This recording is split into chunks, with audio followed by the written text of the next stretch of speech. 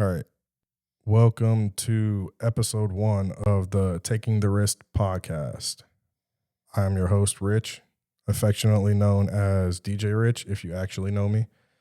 Today we got a very special guest for my very first episode. If you know me, you knew that this was coming from 100 miles away.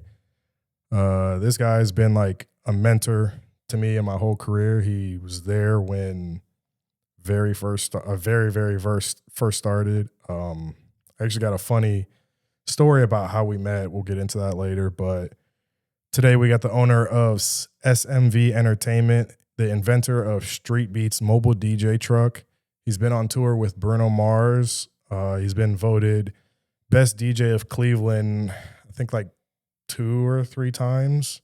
And like I said, he's been a mentor to me my whole career. Please welcome onto the podcast, DJ Smoov.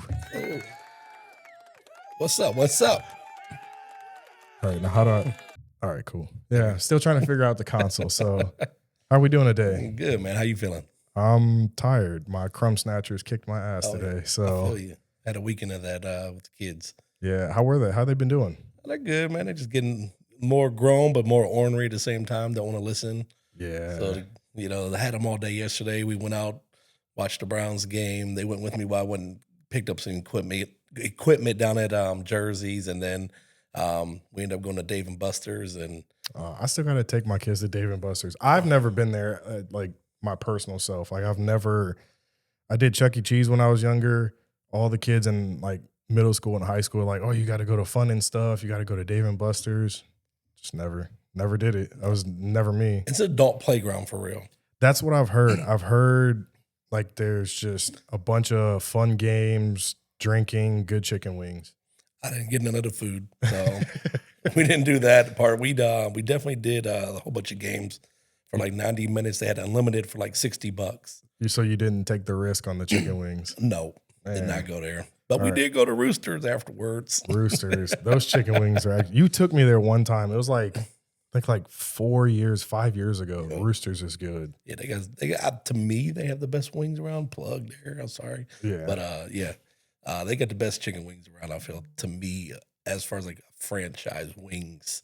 Yeah. And so I go there. I like to get their mild wings, get them a little bit extra crispy with a little side of ranch, and then next thing you know, we're good to go. Yeah, see, I heavily take your opinion into account because you are probably the best DJ food connoisseur. Every time you go somewhere, every time you do something, the food is the very first thing. You're always gotta do the food. Gotta do the food.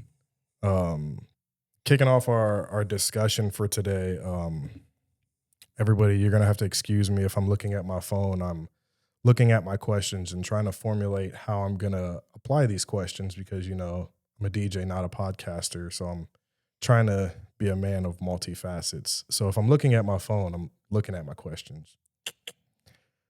Kicking off our discussion in our segment today, very first question, some people might not know, who is DJ Smoov? What defines you? Yeah. I think what defines me the most is just being very well-rounded when it comes to being in the versatility of everything that I can do as a DJ, but also as a person and a businessman. I kind of know the ins and outs of how to treat clients in a proper manner and how to do, customer relations and making sure that everything's on par. Now, I'm also learning more and more every single day. Always. You got to learn every single day. Student of the game. Yes. Student of the game. I don't know everything, but I do know a lot. But, on the flip side of it all, I just try to make sure that I'm very transparent with everything that I'm doing as far as like on the business side of things. So as far as like DJ Smoov goes, I came up with the name, when I first started DJing because I had just started shaving my head, but also I loved I love R&B music, and everybody knows me from day one. I've always been an R&B head. Facts. So I like to make people feel like I'm a very smooth person, and not with the V on the end with a TH. Yeah, yeah. But when I started shaving that head, man, the next thing you know, just click. Claim. And then I was like, what would work? I'm like, I want to make people move at the same time. Mm-hmm. So, and I looked around and like, oh, there's other DJs Smoov around. TH. Yep, or E on it. And Right. so I was the only one person that was like that wanted to do the SMOOV, no E on the end, no Mm-hmm. TH, none of that. So that's part of the name is Smoov for a reason because I love playing smooth music. Everything loves to flow together smoothly. Right. You know, Smooth transitions. yep. So that Smooth process. yep. Yeah. So I will say this. I've never I think it's been over 10 years. In the over 10 years, 9 years, however many years, it's been a lot of years. In the years that I've known you, I don't think I've ever once heard a negative review from like a private client, like a wedding or a corporation or anything like that. So I think that does speak volumes about your decision to like very closely hone in on the process of keeping everything smooth, no pun intended, of like keeping everything rolling, keeping everything as great as it could be for the customer. I mean, I've done weddings for you for years, and you trusted me coming under your name at such a very young age. And anytime, like, I think I've only had like out of 10 years, I might have had like three bad reviews. Pat on my back. I think they were just all learning lessons. There's certain things that are, especially in clients, Yeah. what they like. They want certain things. Some people love a person that can talk very well on the microphone and they don't care anything about the music. Right.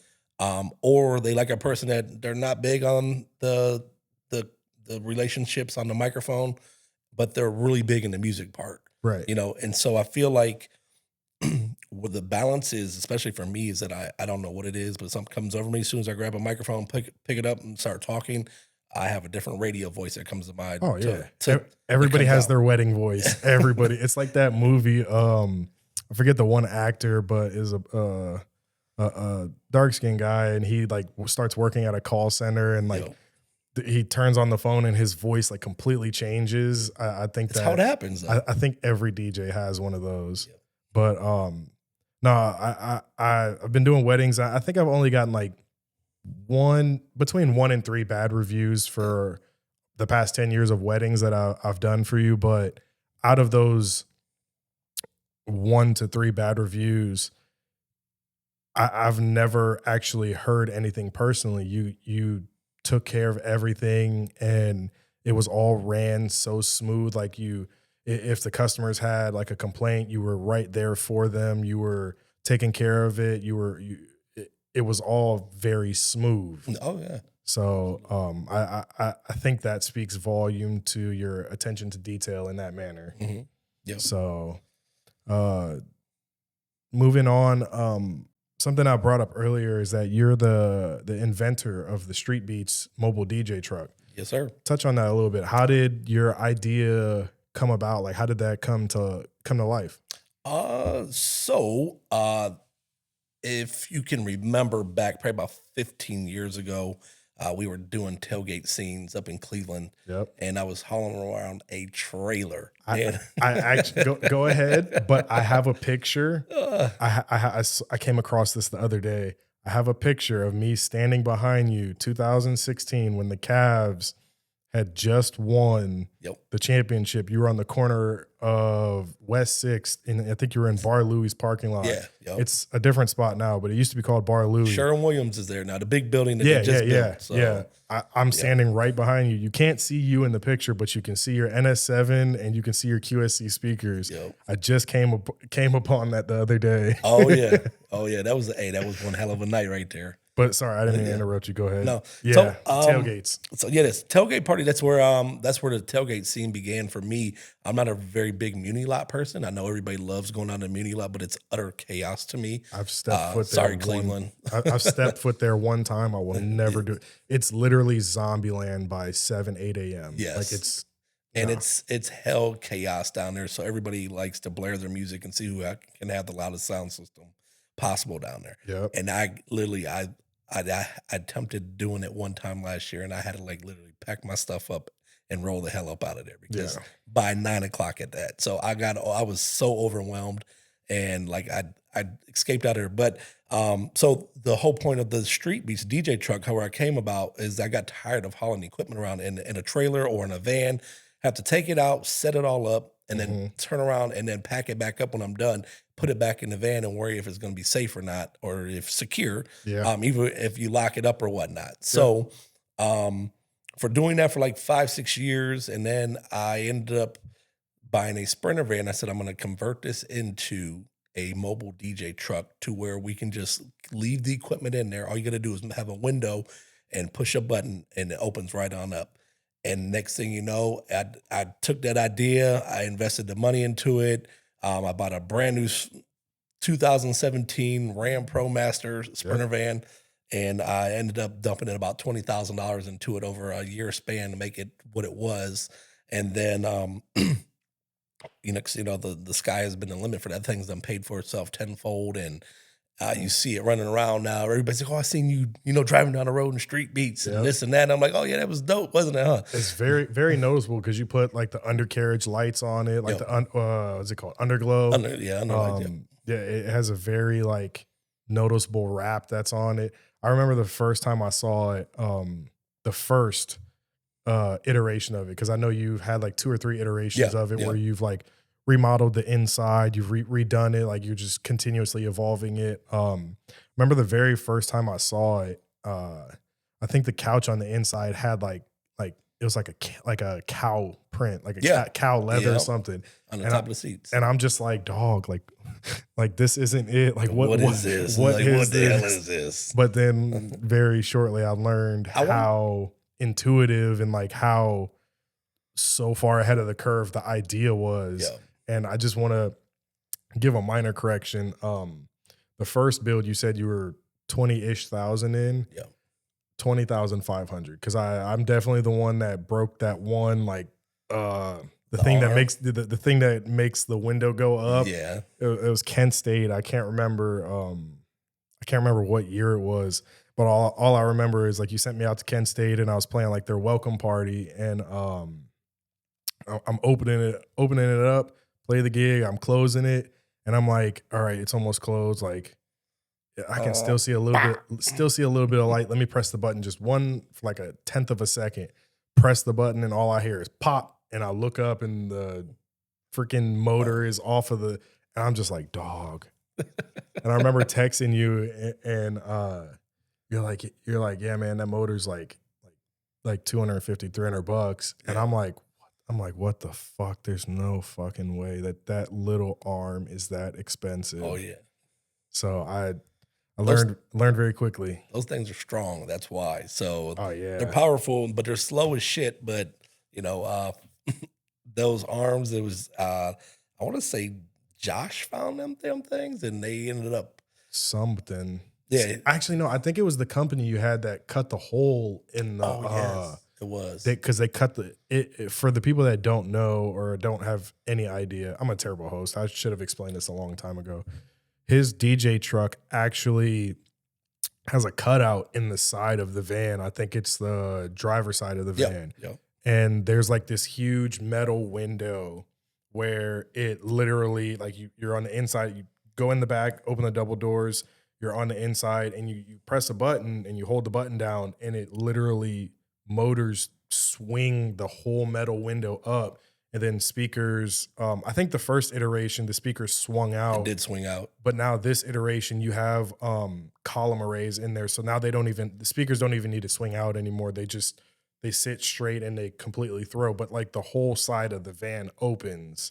So like that, that's what we're talking about with the motors that I broke. Dumbass. It's all good.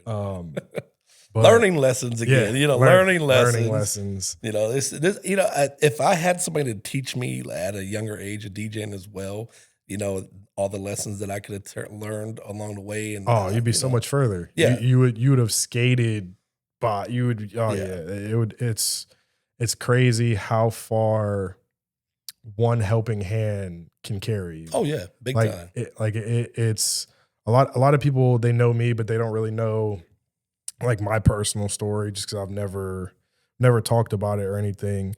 If there was one single person, and this goes to like me talking about, oh, there's a stain there, probably my kids. It goes to me talking about how far a single helping hand can take you. Not a lot of people know, but you were the one that gave me a lot of my very first actual real money paying gigs. Like I was talking earlier about how I had a funny story about how we met, and this will tie into it, but you're the one that gave me my first wedding. You're the one that gave me my first corporate gig. You're the one that gave me my very first bar gig outside of the little hookah bar residency that I had. And I very specifically remember this because I wasn't 21 yet. And there was a nice, kind bartender by the name of Alyssa who very like, she made it a big deal to tell me at the end of the night, like, hey, yeah, we knew you weren't 21. Smoov told us not to give you any drinks. Oh, and I was like, dog, like let me live for once. Like looking back at it now, it's like, all right, yeah, 20-year-old kid, like, and then looking back at it on like my part, it's one of those things where it's like, at the time I wanted to drink, but looking back now, I'm like, it's a good thing that I didn't because it kept me sharp. It kept me on my A game. Yep. But I say all that to like tie into the funny story about how we met. I don't remember what year this was. I was DJing downtown Akron. Like 2014, 15-ish. Somewhere in there. Yeah. I was DJing downtown Akron. So were you. I had a residency at a small little hookah bar. It was right across the street from the big club in Akron at the time, which was called Czar. Yeah. And a lot of people who have been around the scene for a long time, they know you from, I think it was Smoov Fridays. Smoov Fridays. I had it going on for 5 years down there every Friday night. Best party in town. I mean, when I tell you that our hookah bar was busy because of your Friday night parties, like we would always catch the overflow.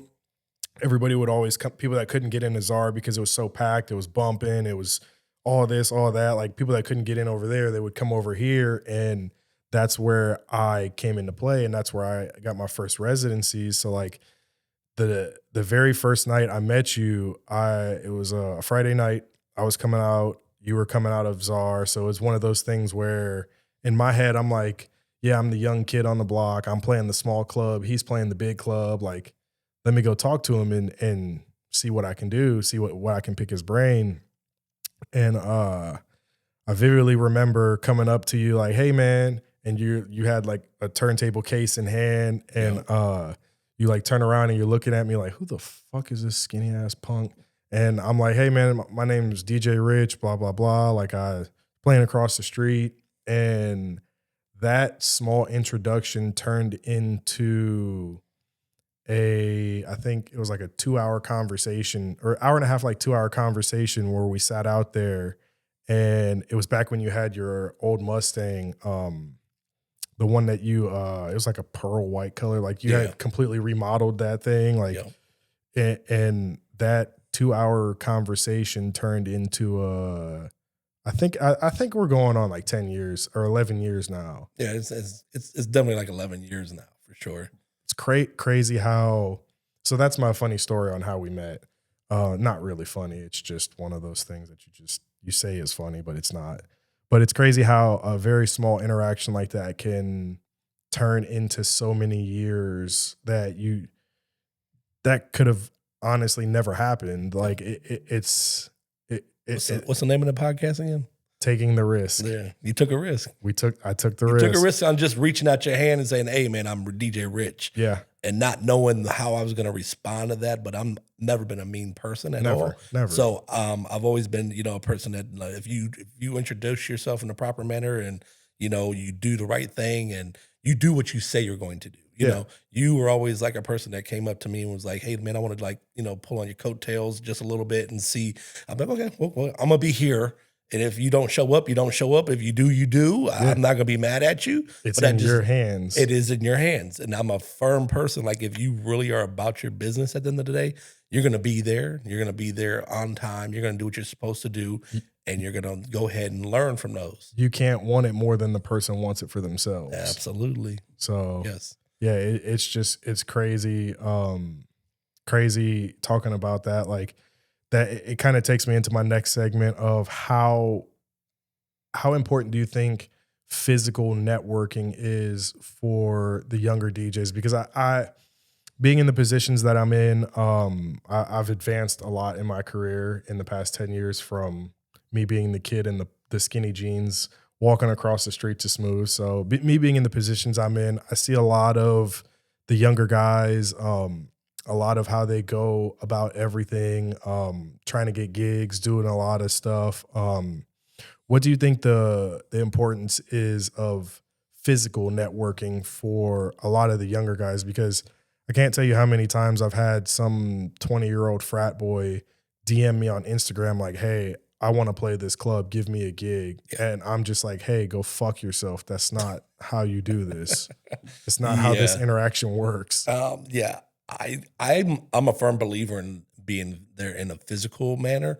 I'll tell you something that I even personally lacked growing as a DJ from a younger standard. Like I was the never person that would go out and like try to like ask for gigs or show up there because I was more interested in doing my own thing and making my Mhm. money. It was hard for me to go out every Friday and Saturday because this is the only thing that I was depending on for the time I started DJing. This is the only thing that I had to bring money in. Starving artist lifestyle. Yes. So I was always constantly working Thursday, Friday, Saturday. Thursday, Friday, Saturday. I was out doing something. Then it turned into a Wednesday, Thursday, Friday, Saturday. Yep. So it was hard for me to go out and network and learn and get into some of the bigger markets just because I was so focused on building up what I was doing here in Akron. Keeping your lights on, Yeah, keeping everything going. absolutely. I did that too. I fell into the cycle of that. I was Yeah. playing Tuesday.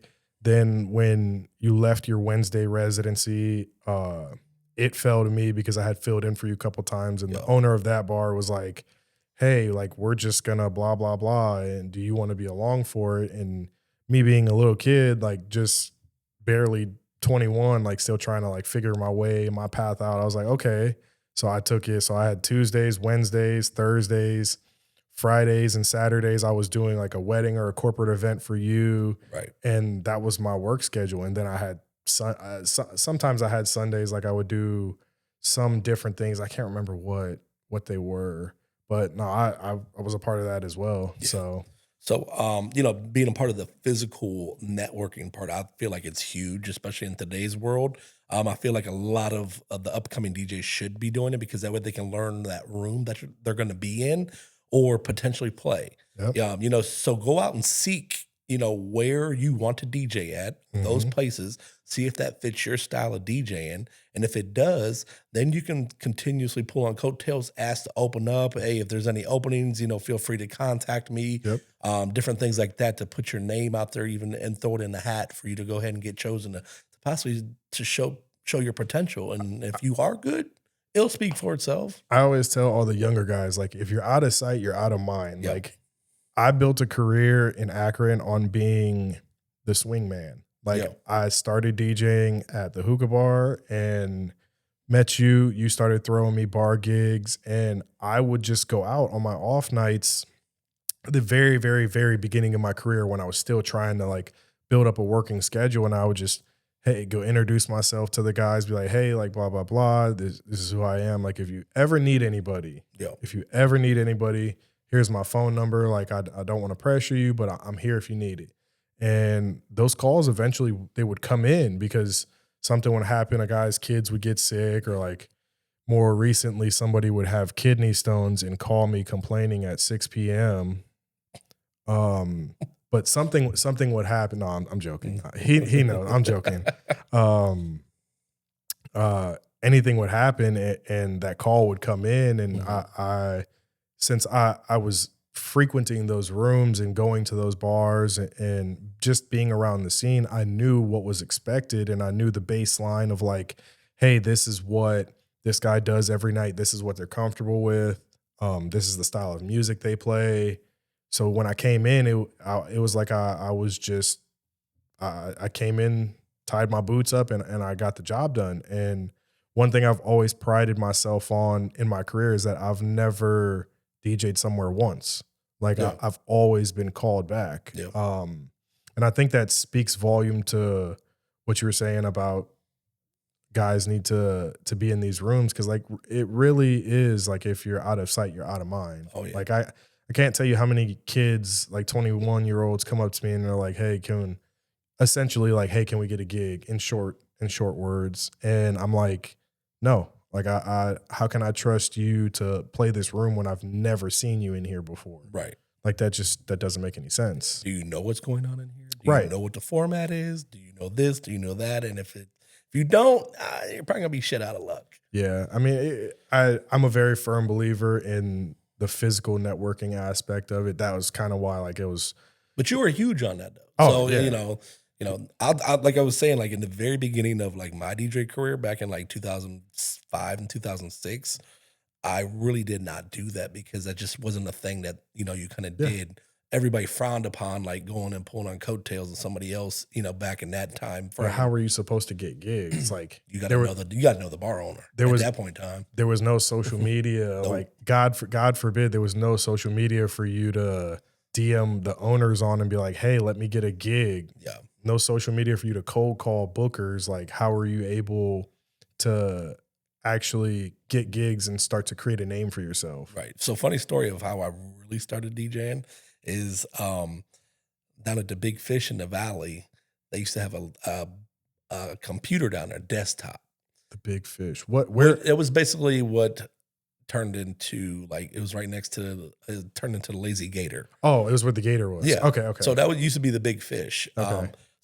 And I used to go down there on Wednesdays, some Fridays, and majority was Saturday night was our big night to go out down there. So if they didn't have a DJ down there, I would jump up in the DJ booth and I would compile their playlist for them as an acting DJ, even though I didn't know how to, like I didn't know anything what the fuck I was doing. Yeah. Mind you. And then next thing you know, I started having people dancing and they were like, man, what the hell, like what's going on in here? I'm like, yeah, I put together your playlist up there in the proper manner that it I should feel. be. Yeah. Yeah, and mind you, I didn't know anything about DJing, but I was always a person that people could come to for mixtape CDs. Right. Back from like high school days. I had my LimeWire, my Napster, and everything like that. You had all that. You had the great ear for music. Like Yes. you knew. Yeah, that's cool. I think I've heard bits and pieces of that story over the years, but I didn't think I actually knew the actual story. So yeah, that's where it started at. And then what in turn, I started carrying around a desktop computer, my own personal one.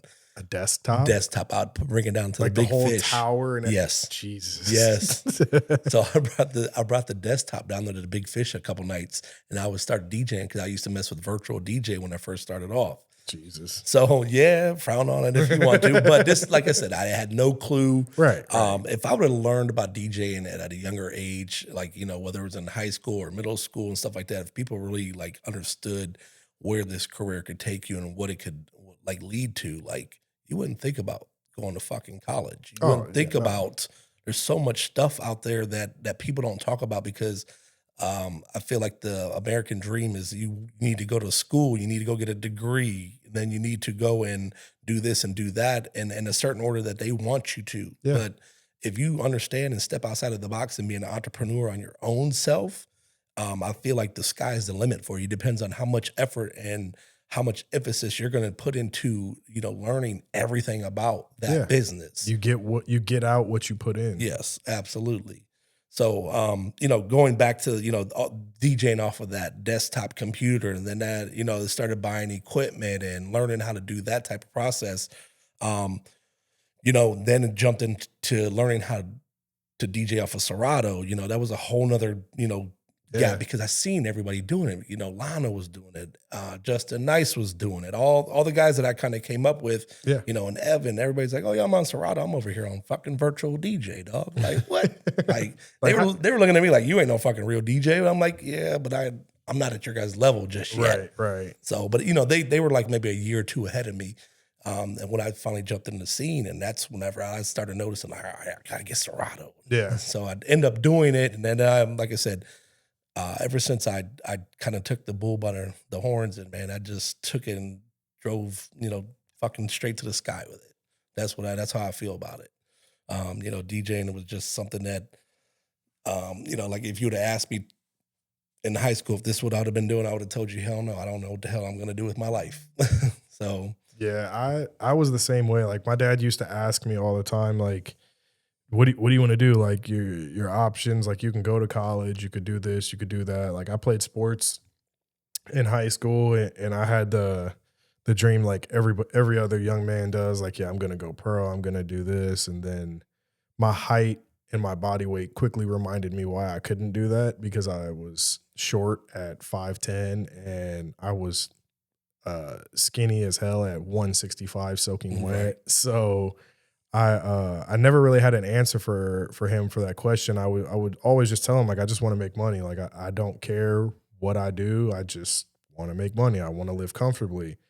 And then my dad being my dad, he would always be like, "Well, what's comfortable to you? Like what do you think is a comfortable living?" So then I would have to go knee deep into explaining that, but never once in my life did I ever think that I would end up being a DJ for a living. Yeah. Like that it's just crazy. And it speaks back to what you said a couple minutes ago. Like it's really crazy how far you can take your life off of taking it seriously. Like Mhm. it's crazy what you've been able to me. It's wild what you've been able to do for yourself just in the 11 years that I've seen you grow and everything. And it's even wilder to me to see things that I'm able to do and like I take care of you take care of your kids, I take care of my kids off of playing music. Like Playing and music.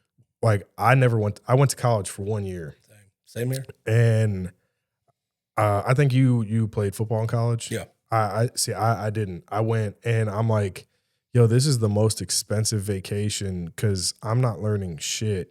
And after my first year, I was kind of like, what what am I gonna do? Like, am I gonna go back on this expensive vacation, or am I gonna just try and pour into myself? And that was the year that I made the decision to just start DJing full time. Because the way I looked at it was like, college is cool for some people. It was never for me, For but me, yeah. Yeah. it just was one of those things that was like, why am I essentially setting myself up ass backwards? I'm paying all this money to go into debt. Well, I wasn't paying it. I was taking out the loans, like the financial aid to get into debt, to maybe get a job, to maybe pay that loan back for 30 years. Like I felt like I was just starting off on the wrong foot. And I think that speaks into what you were talking about a couple minutes ago about the American dream of how they have this template lined up for you of what a successful career or a successful life looks like. And to be able to see a successful life that does not align with what they say is just, it's wild. Oh That's yeah. literally the whole reason why I started this podcast. Cause I was like, I have an interesting story about how I've made my way through the first 30 years of my life. And I sat back and I'm like, I'm pretty sure there's people with way more interesting stories about the trials and the tribulations they've gone through. And boom, we're here. Yeah. Literally, we're sitting here. Yeah. So By taking the risk. taking the risk. So I have a couple different questions, but we're gonna take a second and shift gears a little bit. I got a two-part question. Yep. First question is, what are 5 songs, and this is for the DJs watching the podcast, what are 5 songs that you think DJs need to stop playing in the clubs? In the club scene. Like stuff you're tired of hearing, or it's just like, come on, bro, that was released 20, 30 years ago. Like, we don't need to hear that. Or just cheesy stuff like TikTok stuff. Cause I don't play the TikTok crap. Like Yeah. I don't waste hard drive space on it. I was just talking about that with somebody else today. Yeah. I feel you on the TikTok stuff because I think it has taken over our whole entire chemistry as a DJ. Yes. Because all they want to do is listen to that little snippet, and then they are not going to know anything else. You see it a lot in the high school dances. You and I have Oh. had that conversation so many times. But you got to understand something. That's your crew that's going to come into the nightclub scene here in the next couple of years. Yep. So the quick mixing, quick transitions, and stuff like that, you're going to have to start incorporating that and just to doing the chorus and getting the hell out and into the next song Yep. chorus. So I fear that because I feel like that's takes a lot of different type of like style of DJing. Yeah. But to learn it and do it quickly, I mean, it's just something that maybe like, people that have been cultured into this for as long as like we have been doing Yeah. it, it's going to be a different change for us. But that's where this whole swing is going. Yeah. So that's why you see a lot of the quick mixing DJs now doing stuff on social media, TikTok, and Oh, stuff, yeah. and it's all quick mixing. Yeah. So but that's not real DJing. So as we Yeah. know it, but yeah. That ties into my second question though. All But right, well, as of right now, what are the top 5 songs you think should oh man, that's tough because stop being played? my number one most hated song ever, and does not matter where, and I refuse to play it, is Black Eyed Peas. Gonna have a good night. Oh, I got a feeling. I got a feeling, yes. Really? Oh, I fucking hate that song. Why? It's the cheesiest song that's ever been made. I feel like every cheesemo DJ out there ever, they always play that to like do something with the dance floor, or that's like their dance floor filler. Wow, I've never knew this. I thought you were gonna say something like Dreams and Nightmares or something. No, man. I listen. I love so much music, but there's just like that Yeah, one song. I've always been annoyed with it. Yeah, I can't say that I'm annoyed with the song for the same reasons as you are, because I am annoyed with that song, but my reasons won't be stated because I don't want to make myself look like a jackass. Yeah. But I mean, I could see that. What's your number 2 song? Man, that's very difficult to think about there because I like playing what works. Right. And there's so many, and it's such a different realm from month to month what's working. Right. So that's like literally, I just only have that one song that I truly fucking hate. Interesting. Yeah, I've been running into the issue of like, there's songs that like when I'm playing for a room that's like 25 and older, where I can actually play some records, like not things that only 21-year-olds know. I've been noticing that as the years are going on, like all those classic hits that we think are like classic hits, the kids don't even know them. Like, Yeah. I was playing Montel Jordan, This Is How We Do It. And a kid comes up to me, and mind you, this is a club, so I'm 30, so I call everybody a kid now. Unk status. You're getting there. You're getting there.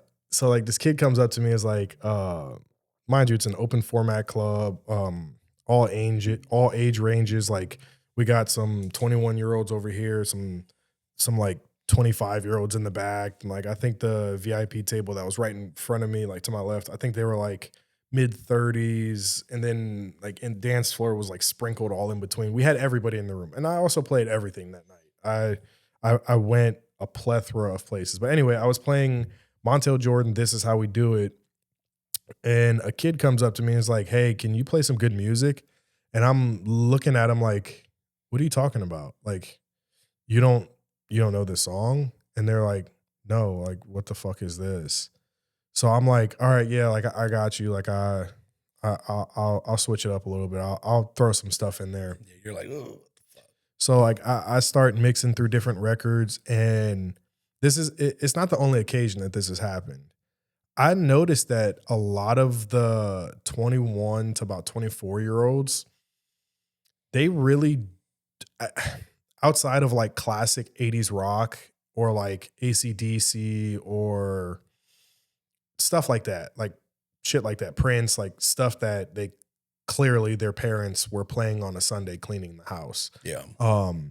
Outside of stuff like that, pretty much anything like 2015 and back, they don't know. Like I can't tell you how many times a kid has come up to me while I'm playing like DMX Party Up, and they don't know it. No. Like, and I'm just like, no, like what's going on? Like, I get it. Like music gets lost as it gets older, as generations go on, but not this music. Like this is like it for me. Like, yeah, those are anthems. yeah, like it, and anthems. I get tired of playing stuff like that, but I don't think it's to the point where I'm like, top 5 don't need to play this ever again. Yeah. But have you run into those problems of kids like surprising you with things that they don't know? Yes, I feel like that happens all the time, even in a lot of rooms. Period. Where was I? I was at a wedding a couple weeks ago, and I was playing Akon and Snoop. Is it Akon? No, Akon implies. Smack that. No, I think that is Snoop. I think I No, don't know. smack that. Either one. I know Yeah. what record you're talking So about. anyway, yeah. but I was doing my 2000s like little set that I Mini have. set, yeah. Yeah, like a little mini set that I have and little runs, and it's usually like right towards the very end of it. And these two old like ladies, probably in their 40s, turned to me and were like, "Cut it." And then they're like, "I'm like, you don't know this?" They're like, "No."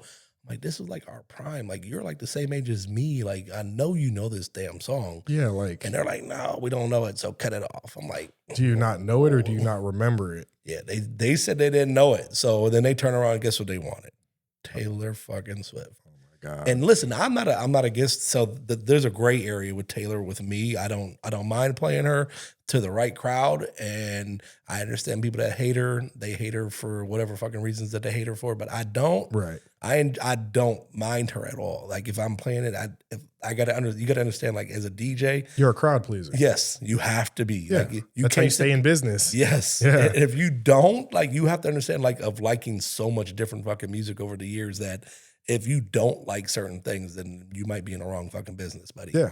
You know, this is not about what you want. This is about what your clients want and what you're keeping your dance floor full and what's going to keep people singing.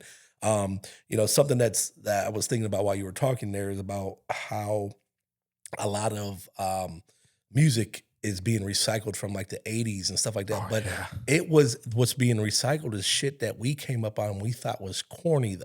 I've These noticed that. Kids Yeah. like that, the corny stuff Yeah. while we were growing up, we thought that shit was corny, but they love it. So you have to play it. They're like, all right, whatever. So I'll play it for you. Yeah. You know, as long as I get the reaction out of you that I'm looking for you to singing and dancing to it, throw your hands up. That's what I want to see. 100%. Yeah, I don't care if it was corny to me at that time frame, but now it's cool. You know, just like going into like Backstreet Boys and NSYNC and Britney Spears, that whole TRL type timeline of music. The blonde tips era. Oh yeah, like that stuff that used to be corny to like my crew or Right, my age right. group of bracket people. Like people that we would never dance really to it, but it was always there. But now, like we listen back to it, and actually the music wasn't bad. Yeah. It just wasn't for you at that time. Exactly. I always say that to a lot of people. I'm like, I've very rarely come across a record that is actually bad. Yeah. I'm more so classify it as that record's just not for me at this time. Yeah. Biggest example I can say, and a lot of people will probably like resonate with this. You've been fighting the battle with me for like 5 years now about country music, and I just will not do it. Like and you're like, yeah, just wait. Like it as you get older, it speaks more to you. You'll be able to and I'm like, I'm still not there yet. I'm not admitting that it's good. I'm saying that it's still not the time for me. But I feel like that's another thing. Like that's what it is for me. Is it's just not the right time for me. Yeah. But see, I grew up listening to country music from my grandparents, my dad, my mom. You know, I kind of grew up around that. So I've always had that tune in like one side of my brain as when it comes down to it. You know, but on the flip side of it, I grew up, listening to heavy R&B. Yeah. Also rap music, hip hop back in the 90s and all that good stuff. But, like I've always had country in the background as well. Now, was it something in my teen years that I would just literally go out and buy a damn album for? No. Yeah, no. But that just wasn't me who I was, but I like I said, I know my country. Yeah. But like it will. Once you get a little bit older, you're gonna let it hit about 35 years old. And when your kids are getting a little bit older and you're going to start seeing some of this music is going to start resonating with your soul a little bit differently. You're going to look back like, damn, man, like, you know what? He was this right. Song, no, not just me, but just the music wise. The music's going to sit in your soul differently. Yeah, I mean, I'm to the point, like, I'm very weird with music. Like, unless I'm actually DJing or I'm like making an edit or like making an original production, like I actually don't listen to music because I'm so I don't want to say tired of like the stripper rap and like all that stuff, but it just isn't like it's too violent for me. It's too sexual for me. Like it's different if it's like Keith Sweat sexual or like something like that. It's like that's a love song. Like this is like popping blah blah blah, like getting smacked from the back. Like like Listen, this new stuff, bro. that's not for me. That I will say that's like my top 5 of stuff that I want. Oh yeah, Like, today's songs. I like that the new like all the like Sexy Red and Glorilla and all that. If I can get away from playing that, I will not play it. Like it's just not. I won't play it until I'm asked for it. Yeah, like that's a very good idea. Like I don't play the Boss Man D-Los. Nope. Like I don't the 100,000 little thises and little that's. Like I will not do that. Like I was playing Saturday night and some girl was asking me for NBA Youngboy and I'm like, chick, like yeah, same. Like I might have one NBA Youngboy song in my Serato, and maybe that's just a fault on my end. Maybe I need to be more open-minded. But this generation that's coming up right now, that's who they listen to in high school. Yeah, it's you crazy. got to remember that. So I remember like one of the last times I did a high school dance for you, and I think this is the time I told you like, hey, I'm kind of cool on the high school dances. Yeah. They were asking me for like Rio to Young OG, like all this Detroit music, and the school it'll remain nameless, but it's a Catholic school, like it's a private school, and these dudes and girls too, because it was an all boys school, but they were able to bring dates. They're asking me for all of this, and I'm like, yo, like I don't feel comfortable playing this. It's one of those things where it's like, are you gonna play Juvenile Back That Ass Up for a bunch of 14-year-olds? Like, how do you sit with yourself as a person? Like, granted, a club is a completely different environment and scene. Like, everybody there is 21. Like, I get it. But I told her, I'm like, I don't even think I maybe have like one NBA Youngboy record in my Serato. I couldn't even tell you what his records are now. Yeah, I don't know him like that. The only thing I know is the Gritty, like that song. That was by him. Yeah, the kids do that little gritty dance to it. I'll learn that once my son gets to be playing Pee Wee football. Yes. I'll have to learn all that stuff. That's all they do. The kids love it. Maybe I'll like be more right foot creep. That's what it's called. Yeah, I couldn't even tell you because like I don't like I'm so I don't even know how to explain it. Like I have TikTok, but I don't even like scroll through it. I get on there, I post my little like video, and then I close the app. Like I think out of all the apps on my phone, I think TikTok has the least screen time. Oh yeah, I don't like I'm not. There's some people that are like addicted to it. They cannot get off of TikTok, and I'm just like, I don't see how. Yeah, Ashley's on that like nonstop. TikTok, TikTok. I'm like, girl, yeah, Jesus. I don't even look at TikTok. Like you said, I just open it up, post up like a video that I made for a wedding or something. Yeah, because I have to use that through CapCut. Yeah, so you have to post it up to TikTok for you to download it without the watermark on it. Oh, you don't pay for CapCut? No. Oh, I think I did, but I'm not for sure. I pay for that shit. It's CapCut is literally the best thing. Like this video is going to be that we're shooting now. Yeah. This is going to be edited with CapCut. All right. Like it's like I think it's like $10 a month or something like that. I might be paying for it. I'm not sure, but yeah, I know that a lot of times it gives me the option to load it up to TikTok. Yeah, and then turn around on the flip side of with it no watermark. Yeah. I might have to look into that because that'll save me a couple dollars a month because everybody and their mom is paying 1 million subscriptions every month. So I didn't know that. That's actually very interesting. That's very interesting. I'm trying to figure out why it keeps going in and out. I think it's just because of the distance that I have on there. I don't know. Could be. Like you're like right up against it. Yeah. I'm back here. Yeah. So it goes in and out. I do notice that it has been catching like that, but it's all good. So it's going to pick up what you're saying regardless. Yeah. That's why I keep looking down just to make sure you have level. Even when I hear you cut out in the headphones, you still have level. Yeah. So you're good. It's just I think the disconnect between like the preamp and like a headphone, it's some technical shit. But, technical. So that'll have to be cut out. But so we talked about that. Okay, so essentially 2 more questions. Yep. So earlier we talked about your thoughts on physical networking and actually being there, talking to people, being more hands-on, doing the groundwork. I like to use that phrase. I like to use that phrase a lot. What are your thoughts on branding? Like since I've come into a role of like doing booking for a couple different spots, I have a plethora, or I don't know if that's the right word, but I have a lot of people that email me, text me, DM me, don't know how they got my phone number type shit all the time, every day. And they don't have marketing material. Like they don't have any business cards for the people that come up to me in person. They're just like, hey, can you take my social media? They don't have any EPKs. I feel like an EPK is like a foreign language to people nowadays. Like a lot of people don't know what that is. It's a dying breed, I feel like.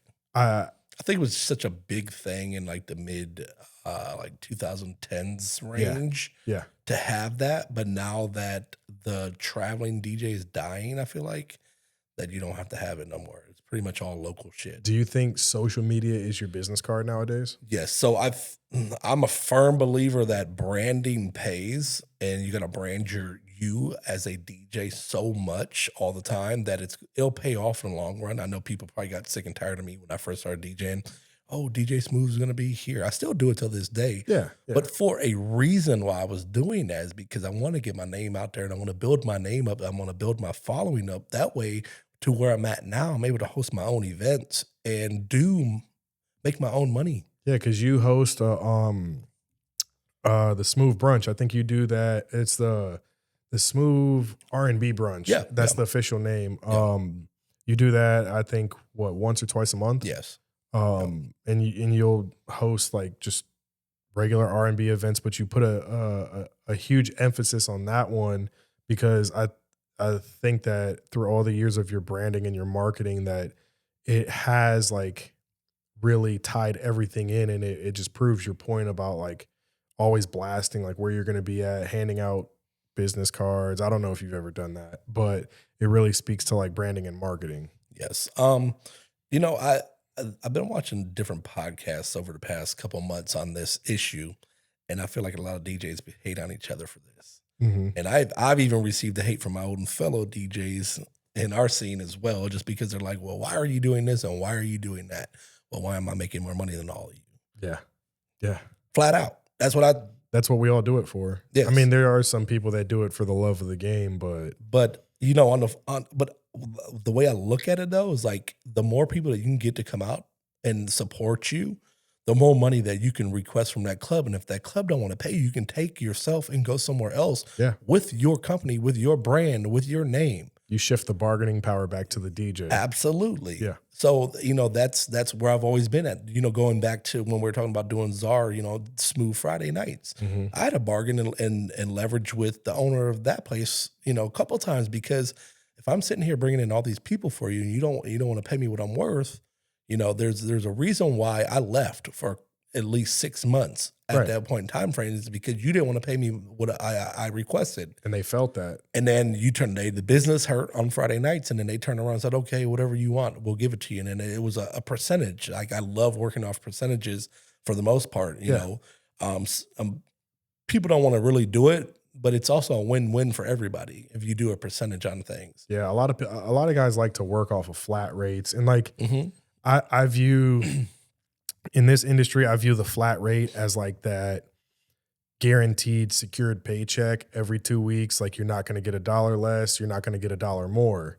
But with a percentage, it is one of those things where it's like the sky is the limit. Oh, if you think you're the fucking man, host your own parties and make all that money off yourself. Yeah, like try and make $5,000 hosting your own event. Like that'll really show you like where you sit in the food chain, and it'll show you who you really think you like, who you are at Yeah. the end of the day. Like it's easy to take the X amount of dollar flat paycheck to go DJ somebody else's club, but to throw your own event and be able to make X amount of times more than what that flat rate would be, like big it's time. Sell tickets. Like Yeah. I'd sell tickets on Eventbrite for my brunches now. yeah, And it's I've been doing them for 3 years, and every year I've noticed is just it's gone up, gone up, and gone up. So the sky's the limit. yeah. Even on my way here, I was watching a podcast, the Road podcast, and they were sitting there talking about, is there too many R&B parties going on now? Yeah, it's the copy and paste society that we live in. What is, but also you got to give the people what the hell they want too. That is very true. So Like if- I think I abruptly said copy and paste society. But crowd pleaser, people pleaser, absolutely, but keeping yourself in business. But if nobody else is doing it in your market, or if somebody is doing it in your market and you can do it better, that's the best way I would say. Competition is do it. not a bad thing. No, competition breeds success. Yeah. I'm a firm believer in that. So, 100%. It'll push the envelope. It'll push everything. Like if there's two people doing the same thing, it'll push both people to try and do the best they can for their customers. Yeah. So if anything, it's a win-win for the patrons, the customers, everybody coming in, everybody experiencing. It's a win for them. Like Yeah. it's giving them the best possible product, the best possible experience or vibe. I hate that word. Yeah. I hate the word vibe. But that's really what it is, though. Yeah. It is a vibe. Yeah. And if you want to come catch a vibe on a Sunday, and why, majority of the crowd is like a 30 and up crowd anyways. Right. They all have to be at work on Monday, and they all got probably pretty decent jobs because they come out and spend pretty good amount of money on a Sunday afternoon for a day party. That's who I try to cater to. And the people that love R&B music, they're going to come out, they're going to sit there, you're going to drink, you're going to eat, then you're going to go ahead and drink a little bit more, you're going to get a little bit feeling a certain way, and you're going to start singing more music as I start getting in more in tune with what, I call the meat and potatoes of the music. Right. And then we'll have a little turn up session, and then I'll bring you right back down about a half hour, 45 minutes later, and I'm going to take you out the door with some of your, fellow R&B favorites as well on your way out. I've heard, and I'm actually glad you're sitting here talking to me about this. I've heard through the grapevine that you're looking on expanding your party to starting to bring in some very notable names. Yes. Got anybody you want to share, or is that still under? No, it's done the wraps. I feel like it depends on, trying to get some of these venues to kind of cooperate with me as well. Right. I don't want to have to sit here and fork over all the money that I make while you're making even more money than me. Right. When it comes down to it. And that's one of my biggest things is like, if I'm sitting here bringing you X amount of dollars and you're making quadruple the amount of it, that is something that I feel like should be shared in some manner. If I come to you as a person that promotes your business entity. Yes. You are a business entity Yes. when you're approaching these places. Yes. You should be like, yeah, like we love having you here. You've made us over $200,000 this year by having your events here. Here's a little kickback, and let's bring this artist in. We can make even more money by doing that. So it's just it's going back to leveraging. Yeah. So that's what I'm trying to do right now is leverage and see where I can get the assistance from on that end of it. So, but I definitely want to bring in some R&B artists and stuff like that. I did bring in Paula Deonda back earlier this year. I remember that. Huge hit. We had a great time. She came in town, sung a couple songs. All the girls loved her. We had people travel from like 8 hours away from like Rochester, New York. Wow. A couple people came in town from like Pennsylvania, Michigan, and different areas just to come see her. So wow. It was huge. Yeah, I thought it was a huge success. Now imagine if we bring in even a bigger name than than her. Yeah. And I love Paula. This is our second go around. We'll probably end up doing it again eventually, sometime in the near future. But that I feel like bringing in a different artist and even maybe a bigger name and a bigger presence. Right. I think that can build up the R&B brunch name even bigger than what it is. Oh, for sure. So, I mean, it just at the end of the day, it would help out. I mean, I don't say this taking away from what you do, but it would help out with exposure, notoriety. Like they're gonna know like, hey, DJ Smoov's throwing this R&B brunch. You never know who's gonna be there. It's one of those things where it's gonna, when people are making their plans for the weekend, they're gonna check for you. Yes, Because absolutely. if they miss out one time, FOMO's a real thing. They're not going to want to miss out again, so they're going to check. Like I feel like if you're starting, once you bring in those bigger artists, once you start that, like it's gonna be stuck in people's minds even more. Like, hey, like what's going on this Sunday, Right. or I can't make it this Sunday. What's going on next Sunday, or like when's his next one? Who's he bringing? Like I think it's just gonna bring a lot more chatter to your events. Like I think it'll help more.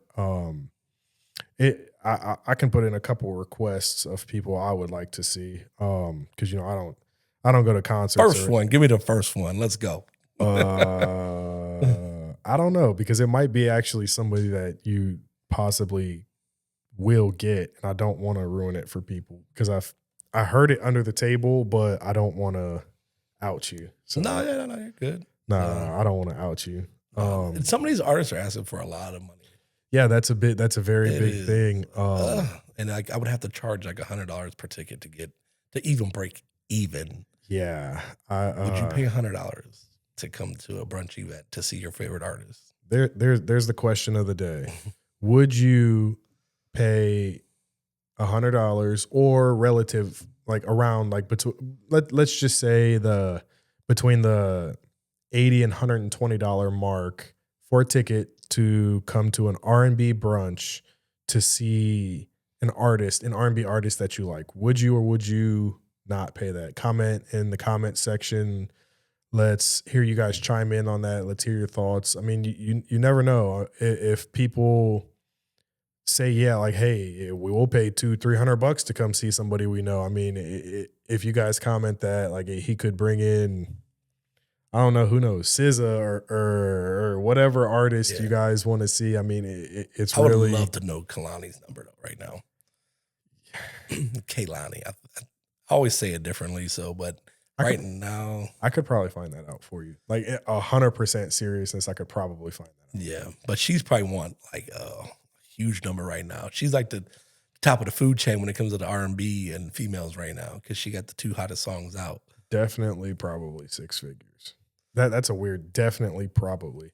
No, it's definitely six figures. I don't know. These artists are charging a lot. Yeah, and it's not even just like the R&B realm.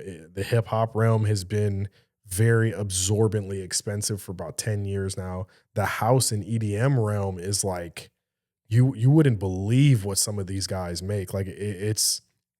yeah. There's other podcasts that they've touched on this, so I'm not gonna go too far in it. But these guys are like the EDM guys and like the big hip hop guys. Like they're single handedly like part of the reason why the club scene is so dead right now. Yeah. So I don't know if I cut out. They're part of the reason why it's so dead right now because they're charging so much that the business model of these clubs cannot justify paying their price on what they want to do a walkthrough or do a performance or whatever it is that artist normally does at a club. They're asking so much the club can't they can't turn a profit from it. So what's got to happen? They have to come down. Yeah. And that's like kind of the weird. You have to force your hand on that though. Yeah. As a club owner and promoter, like you have to like let this stuff kind of like simmer back down because what happened is it got out of control. Oh yeah. And like you said, it just so many guys were asking for just astronomical fucking figures. Yeah. That it definitely killed the market for nightclubs and everything like that to where now they can't afford it because people aren't going out like they used to. Yeah. So let's come back down. Let's reset this market again. Let's come back down to reality. Let's get off of Mars and like actually make everything. Because on top of like the clubs not being able to book them, say you do get a club that will, like they just opened, they're very ignorant to the game, like they don't know how much guys are really worth or how much like whatever it is, and say you get a club that actually buys into some of these guys and that's going to reflect in a ticket price. I mean, Oh yeah. if a club that fits, I don't know, 1,000 people is paying a guy $100,000 to come DJ a hour DJ set. I mean, you think the club is gonna like risk that on bottle sales or on like drink sales? No, that's gonna get eaten up by the tickets. Yeah. Now, I'm not saying all of it will, because that's not realistic. I mean, 1,000 tickets, $100,000 DJ, that's $1,000 a ticket. I don't know anybody outside of the Beyonce fans coming to see anybody for $1,000. Maybe the Drake fans, but a DJ, I don't know anybody that's coming to pay that. So like, that's going to be felt majority by the customers. And But they did it for so long. That's the issue, though. yeah, but now it's cool for all of the artists. And this more specifically is like, I think it's kind of being kicked off by Youngblood. Oh shit, I just kicked something.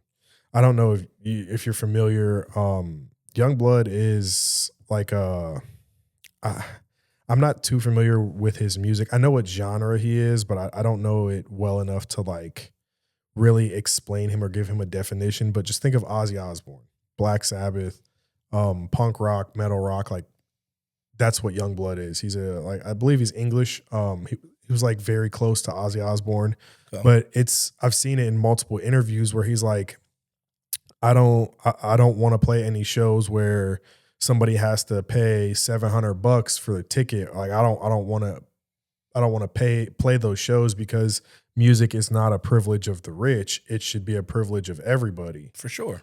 So like I feel like it's starting to become on the small end, like it's starting to catch that everybody's like, hey, like we gotta simmer back down. Like our prima donna era is kind of over. I mean, like you still will get the guys like, and it's not a shot to anybody, but the guys like John Summit, Dom Dalla that are going to charge huge. Like Drake will charge huge. Beyonce is going to charge huge. But like, if you can pull it, that's cool. You got it. Right. But it's for the other people that can't pull it. Yeah. And can't do it. Like I've done some research, and there's certain people that I want to bring out, and I'm like, you're only selling like 600 tickets to a 2,000 seat venue. Yeah.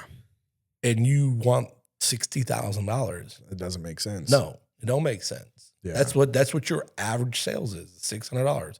And we're talking about 600 seats or ticket sales. Yeah. In a big market cities.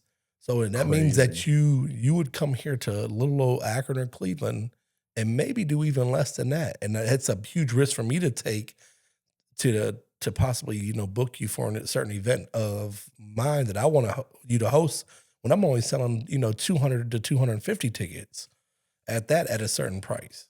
Yeah. I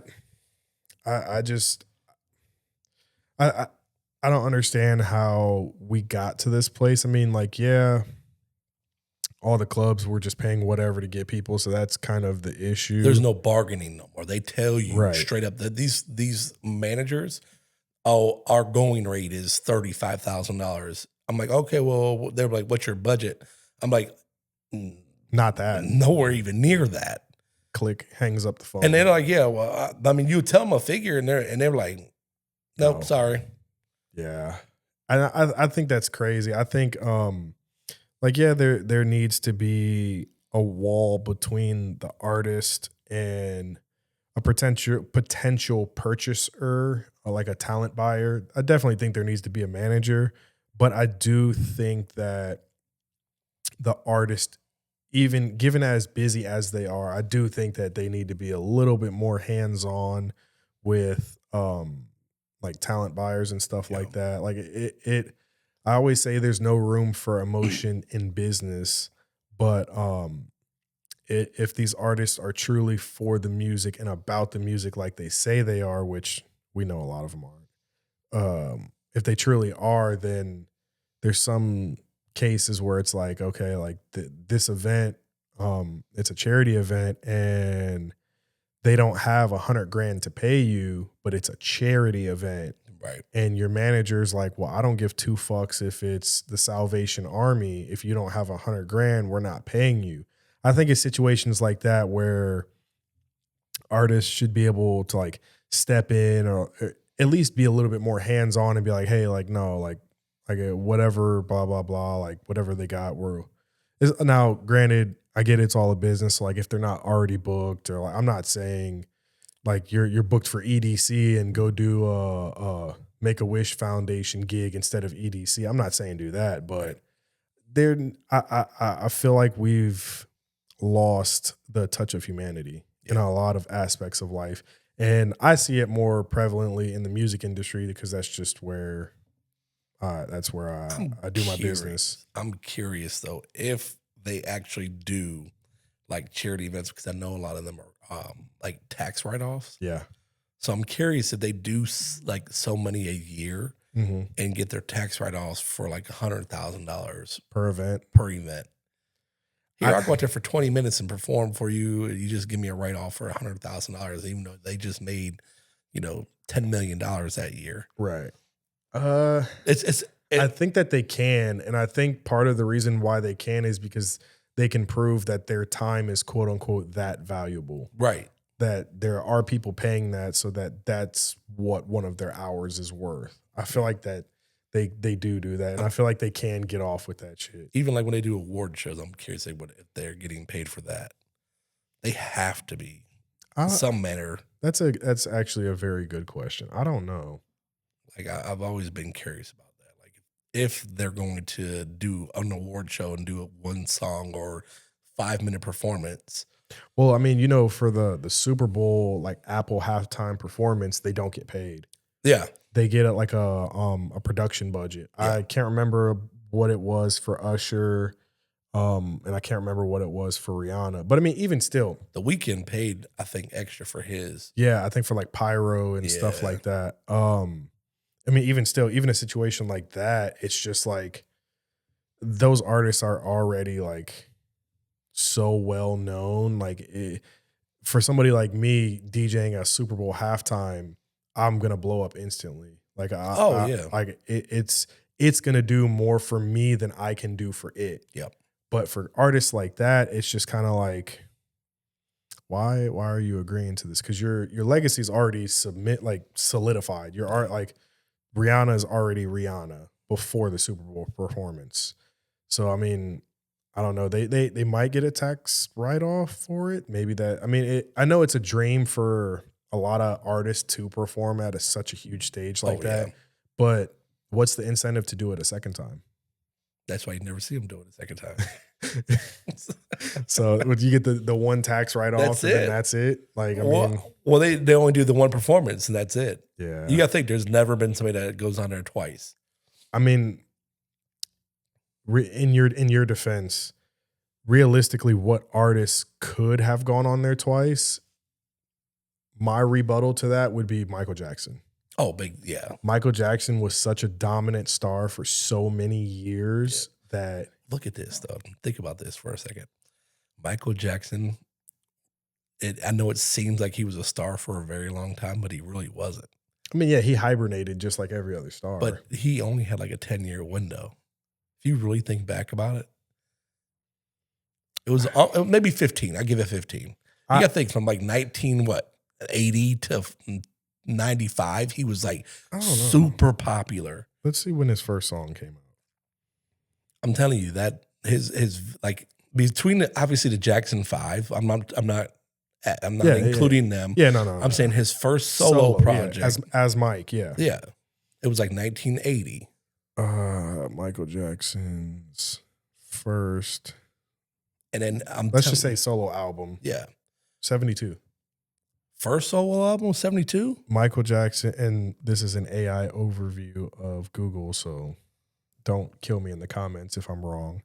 Michael Jackson's first solo album was Got to Be There, released in 1972. While he was still a member of the Jackson 5, he recorded his debut solo project. I'll Be There, basically? Got to Be There. That was the album name. Okay, but I feel like that shit didn't count. That album. So he was a kid, but I'm saying when he like really got popular. I mean, he was his first album. let's do Was it Billie Thriller? Jean. That was Thriller album. Let's do Billie Jean when Billie Jean came out, because growing up in my life, what it always seemed like was Michael Jackson's like kickoff to his career was when he moonwalked for the very first time. Yes. And that was Billie Jean, right? Yeah. Okay, let's Billie Jean, Michael Jackson release date. Let's see what that was. 83. Yeah. Yeah. So yeah, that was the that was the white suit and the tiger and Yeah. the real Vegas shit. But I mean, okay, so from 83 to what was his Off the Wall. Okay, let's go there. Off the Wall came out in 1979. That's when he really like blossomed as a solo artist. okay, So Off the Wall, which you had Don't Stop Till You Get Enough, right, Rock With You, right. and those are like Working Day and Night, Off the Wall, the song. Yeah. That was like his coming out party as a solo artist, I guess, his very first one. Then it went into Thriller, Mm-hmm. which you had, Beat It, Billie Jean, PYT, Lady in My Life, and Thriller on there. You know what I'm saying? So from that point on, so 1979 is like when he really, all the way to, I was gonna say what was his last notable hit? I'm not talking about the weird shit when he was like with the kids in Africa and doing all that. Like that's too far gone. his last notable hit was it was Invincible album in 2001. So from Like You Rock My World and Butterflies. I don't even know those songs. Oh my God. Was it the weird like when he was in Africa with the kids? No, Like, that was back in the 90s. That was like the Dangerous album. oh wait, so that came before. Yeah, like Oh, this shows. Remember the Time in the Closet. That was like 91. Interesting. Black and white. You're teaching me because I was never the biggest Michael Jackson fan. So this is the way I always looked at it. I've started looking at music a lot differently as far as like how prevalent things were back in the day. Right. Because the window was so short. Now look, Usher, he's been around for 30 years now. Longer than Michael Jackson ever was around. 30. Yes. Usher started back in like the mid 90s. One of his very first albums was like 95, 96. Then he got real popular in 97. This is interesting to me. I'm gonna have to go do like a super huge deep dive because I'm like, this is like blowing my mind right now. Yeah.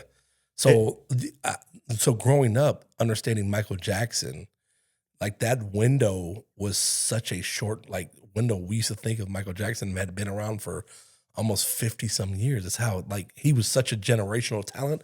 Listen, I'll never take anything away from the man. Oh no, it's Mike. It's Mike Jack. Like, yeah.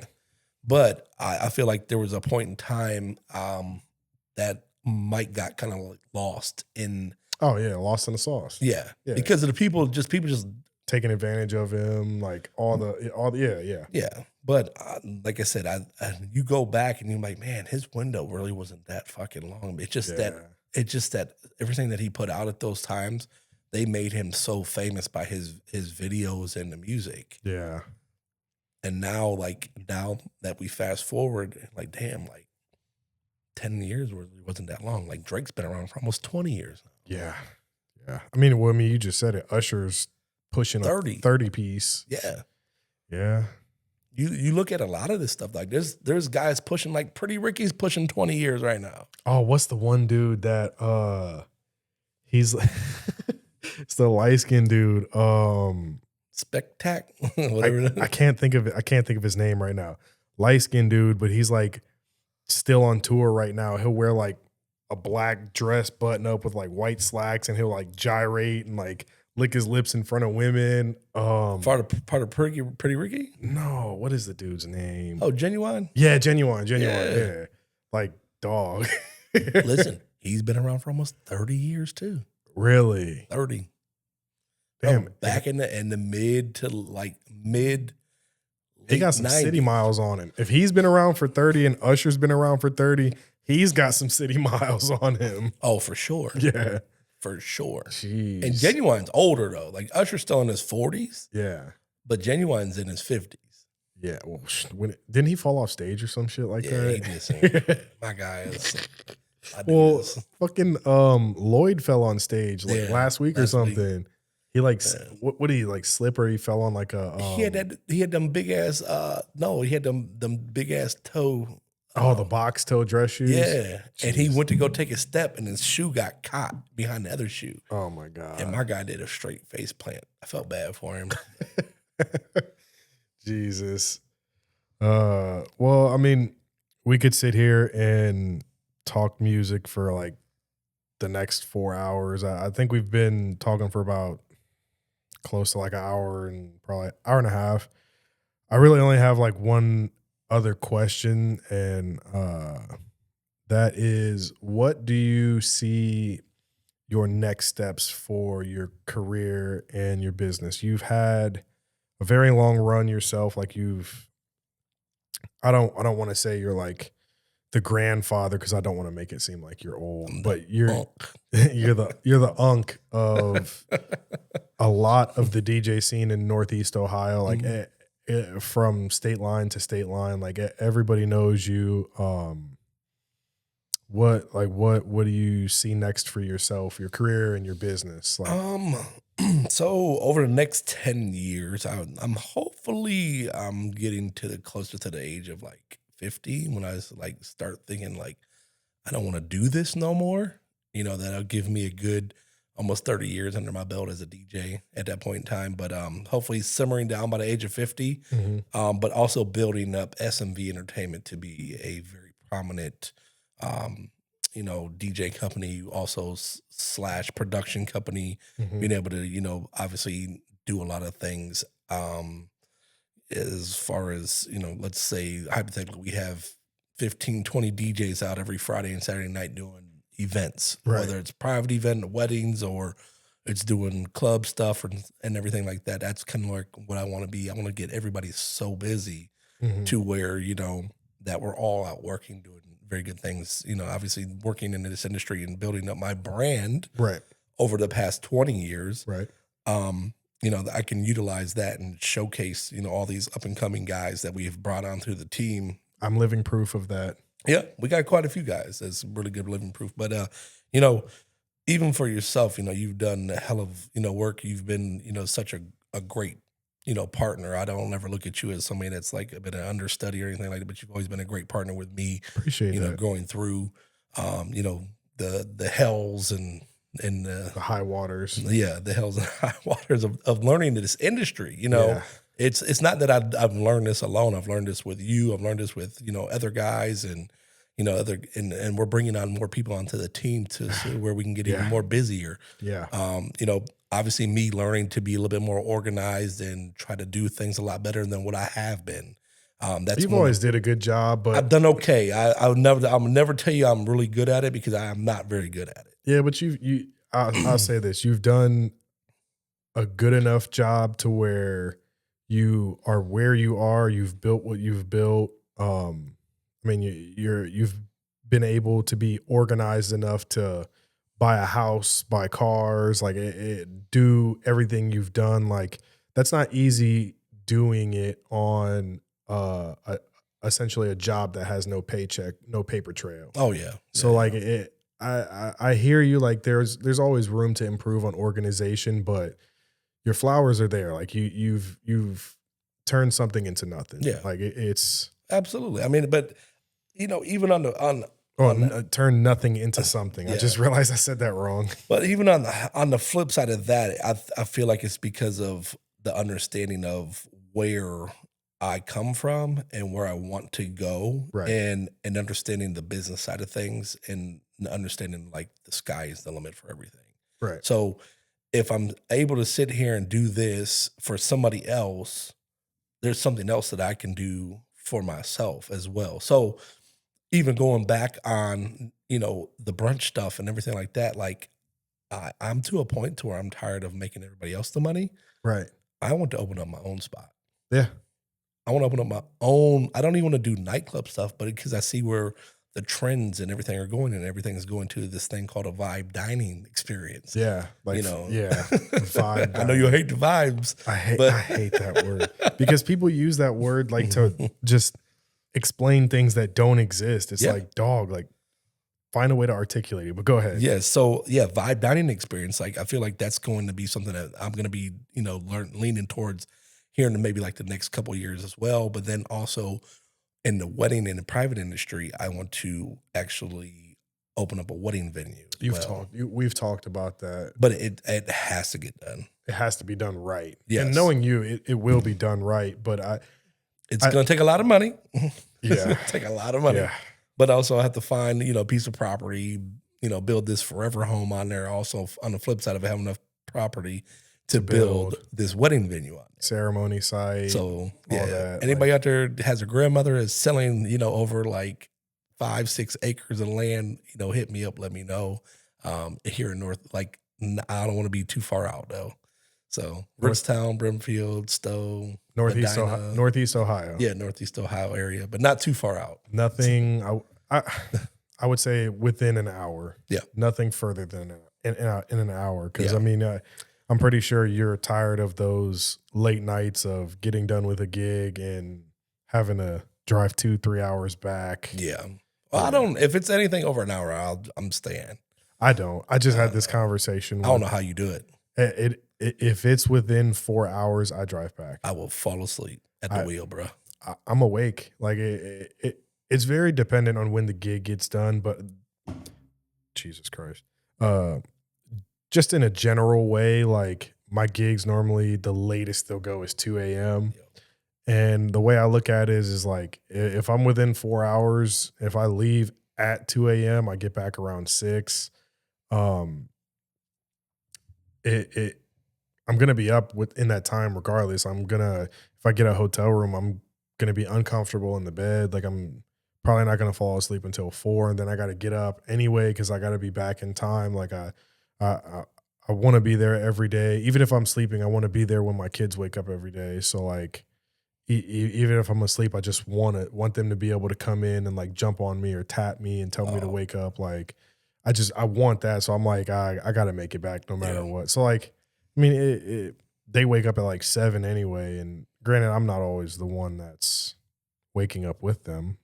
So I don't really feel it when they're waking up at 7 and coming and waking us up. But I mean, I don't know. And then I just have the whole thing about hotels. Like I don't want to sleep in a bed that 1,000 other people have in. Like I don't trust. I don't. Got them fresh sheets, man. You don't have to worry about that. Fresh.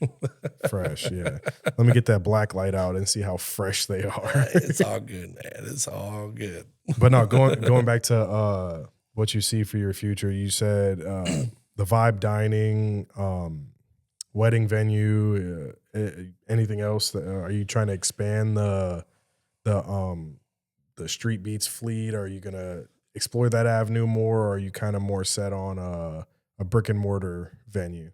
I think I'm going more brick and mortar moving forward.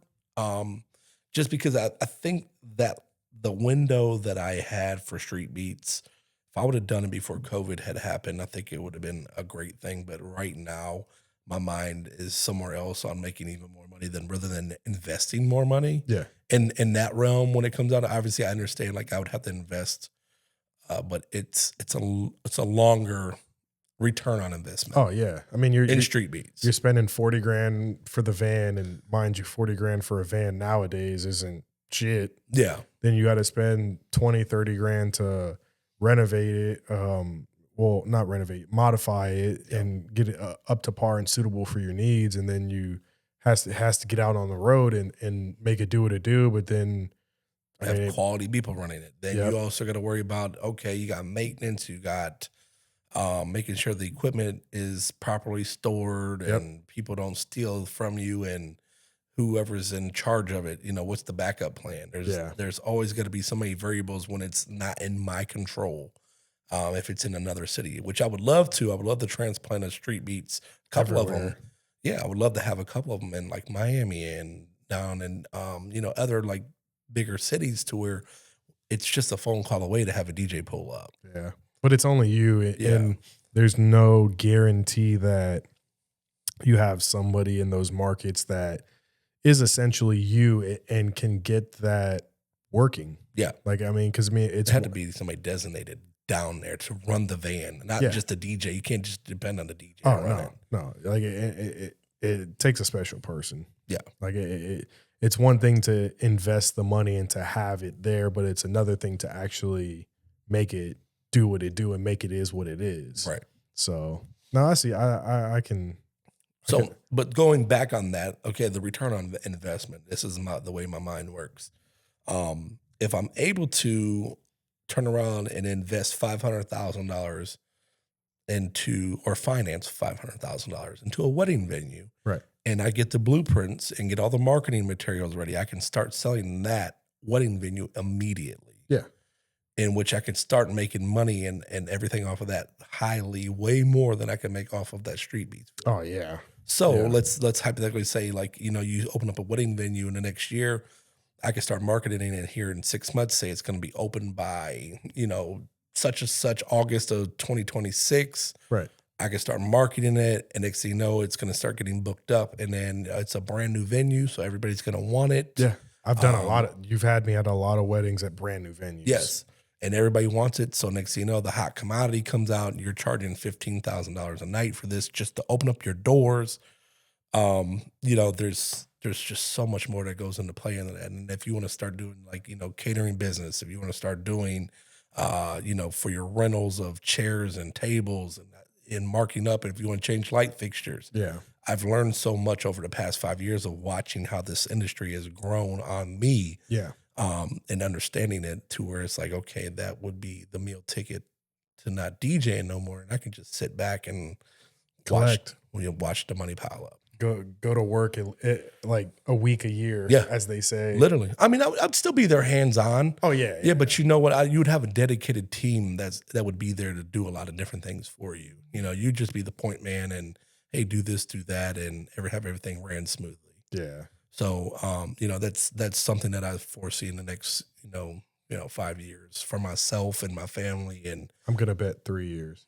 You say 5. I say you get it done in 3. Oh man, sometimes I don't know. Sometimes when it comes down to that stuff, there's so many different things you have to have in line. Oh yeah, Because I've been looking into it now over the past month, and it's just like, well, you need this and you need that. I'm like, zoning permits. Then you need the financing for that. No, it. I'm not even at that point yet. I'm just like, for the financial part of it, they're like, you need to have this and this and that, and then you also got to show proof that you can afford this, this venue right now without even collecting any money for it yet.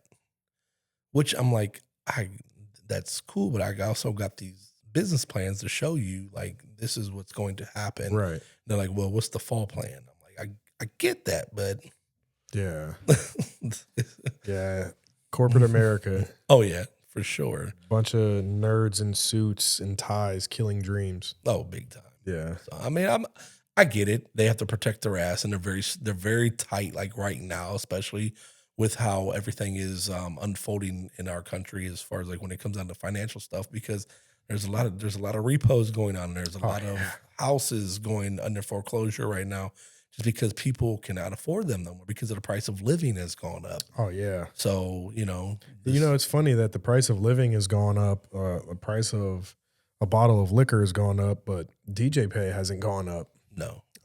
It's crazy how you want to get into that? You want to get into that? It actually, DJ pay has gone down, despite everything getting more expensive. Do you really want to get into that? No. I'm just spitballing. No, I'm a firm believer is that if you're able to go in and get everybody collectively together and have everybody like we have been for the past 10 years, as a very good union and demand a certain amount of money, everybody can get it. Yeah. It's just when you get the some of these young cats that come in here and they'll start doing it, doing around the block chatter, like, hey, bro, like, let me get in here behind such and such back and I'll do it for this amount of money. It just fucks the game up. Yep. So everybody, you got to understand something. When we're trying to do something that's collective as a union, as DJs or anybody, we're trying to get the most money that we can get as a collective group. Yep, as a unit. So let that work itself out and quit trying to, go backdoor and undercut people and try to do the wrong thing just for your own glitz and fucking glamour. That's just not the way to go about it. Yeah. It's the same with the wedding market, though. I push people all the time in the wedding market. Raise your price. You've been in business for 30 years. You should not be charging $1,000 per wedding still that you've been charging for the past 15 years. Yeah. You should be $2,000, $2,500 or more. Yeah. Just because you have the experience, you might not be able to give the people the experience like I do, but you'll be able to give people and your experience. Yeah. Whether it's, good or bad, I don't know. But, obviously if you're still getting booked at a certain amount of money, you're doing pretty damn good. Yeah. Well, you're either doing good or you're just cheap. Yeah. Cheap is not always good. No, it's not. So, and I don't, and that's not the, knock anybody down, but I just feel like a firm believer in pushing markets. Oh yeah, 100%. And it's everybody's gonna win off of that. What is the phrase? Iron sharpens or steel sharpens steel. Yeah. Well, iron sharpens iron. Iron sharpens iron. So yeah, Yep. I'm a very firm believer in that.